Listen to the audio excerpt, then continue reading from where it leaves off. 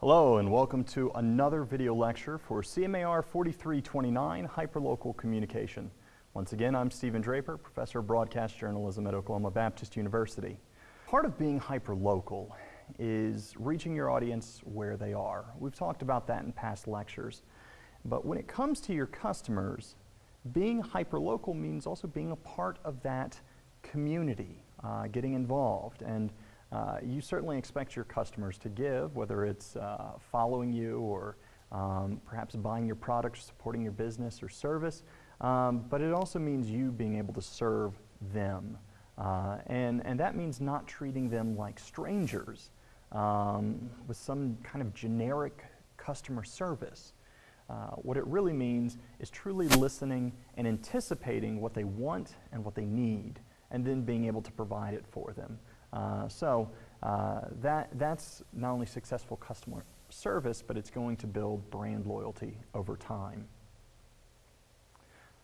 And one of the biggest complaints, though, to companies is their poor customer service.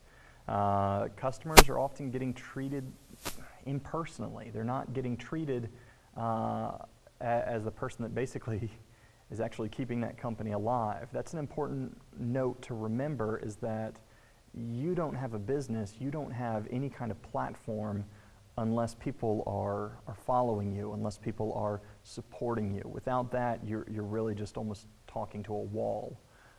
So it's very important to recognize the need for quality customer service.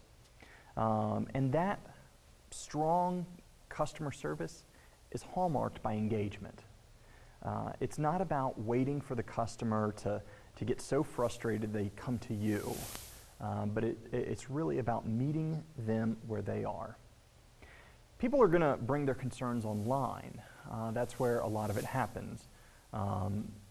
Certainly people do call phone numbers for support or to give complaints or just to seek answers. But nowadays with the internet, more and more people are going online and making their voices heard. And other customers, other prospective customers, they're listening, which means it's really important to address customers' concerns and meet them where they are, which is online. So they're tweeting gripes, they're posting poor reviews on Facebook, they're challenging the product in the comment section. You need to find where that conversation's taking place, and you need to engage them there. You need to get to be a part of it. How do you do that? First off, acknowledge their issues. Not every issue is going to have a solution. That's just the reality. In fact, some might not even be accurate. Somebody may be coming on saying things that just aren't true. But if they feel it's true, then it's still something that you need to address. So by engaging the customer, you're treating them like a person, which is going to go a long way in diffusing whatever situation is going on. And it's going to make you stand out as somebody who cares. And that's going to build brand loyalty over time. So engage them online, acknowledge their issues that they're having. It doesn't mean you're always going to have the answer, but it does mean, hey, I understand, we're working on this, we want to provide good quality service. But great customer service doesn't mean just addressing the customer's issues. It doesn't just stop there. Because as it happens, other people might have the same situation come up in the future. So as people search for answers, as they get online and Google questions about how to make this product work, or I want to know more about this topic, they're going to come across the questions, the complaints, all of that other people have been saying about you and your product or service. So an effective response when you're answering other people's concerns is to give them an answer that will also answer those future questions. So that way people aren't going to keep coming to you with the same exact questions or feel unfulfilled. Always give them more than less.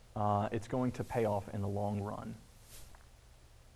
The internet has changed a lot of things.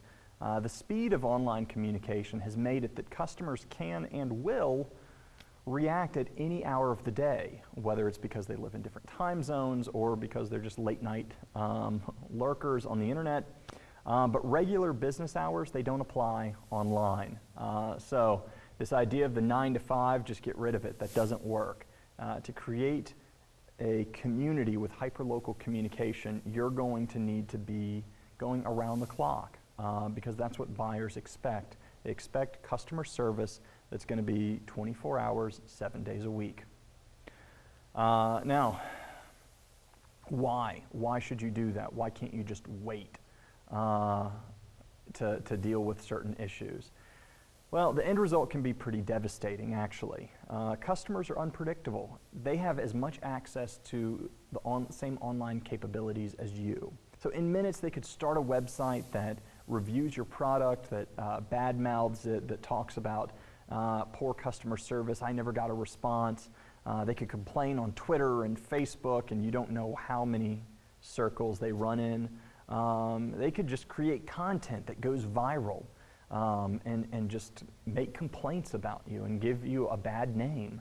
And all that can happen pretty quickly. They have the tools to do that just like you do. So it's impossible and impractical to be plugged in all the time.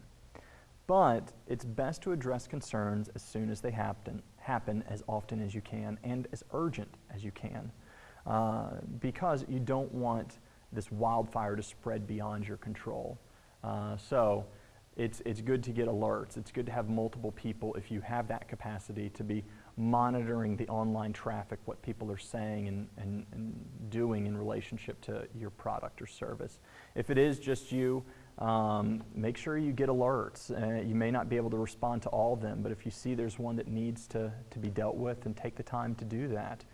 Even if it's just a quick response to kind of put a Band-Aid on it, just acknowledge it. Just engage with them and acknowledge it and deal with the issue later. But try to nip it in the bud when these things crop up. Because building trust in your community comes with transparency. So the more open you are about behind the scenes, hey, I'm working on this, I understand what you're dealing with, the better. And if it's going to take time, let them know. Just let them know. So the more open you are, the more they're going to at least have an answer there that, hey, okay, this person's coming, has acknowledged my problem, they're going to deal with it. I don't need to go blow up the Twitter sphere with my complaints. But it's also not just about them coming to you with a complaint. You can be proactive. So look at ways that you can not only be innovative, but you can even create content that answers questions they don't even have yet. And that's something that really endears people to companies, is when they get something free, especially free answers to things, but a free product. And what I mean by that is things that can answer those questions they might have.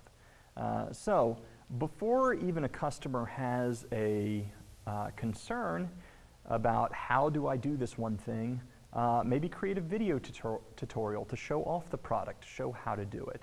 Or if maybe they're wanting to learn more about a certain cause or a certain, maybe you're doing a ministry that talks about certain issues, maybe you write an article or an ebook that they can have that already addresses some of those curiosities.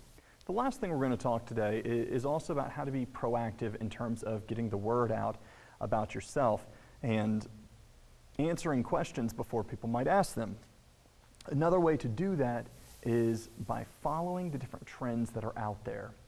That's step one. So get on Twitter and follow trends. Get on Facebook and follow trends. There's a lot of different tools out there that you can actually find when certain keywords are going to pop up or when certain trends are happening or at their height, and you can do some research to figure out when certain things might occur that you could inject yourself into the conversation. So this whole idea of following trends and then injecting yourself in, we're just going to call it newsjacking. You're hijacking the news, you're getting involved in it, and basically taking advantage of the headlines. So maybe there's a hit TV show that talks about home health care during one of its episodes. Maybe one of the characters is trying to get a home health care nurse for their mother or something. Whether it's serious or comedic, whatever you want for the scenario. And you just happen to work for a home health care organization, maybe a small family business. And so you, taking advantage of that, get on your Twitter and Facebook and say, hey, that episode that talked about home health care, here's a little bit about us.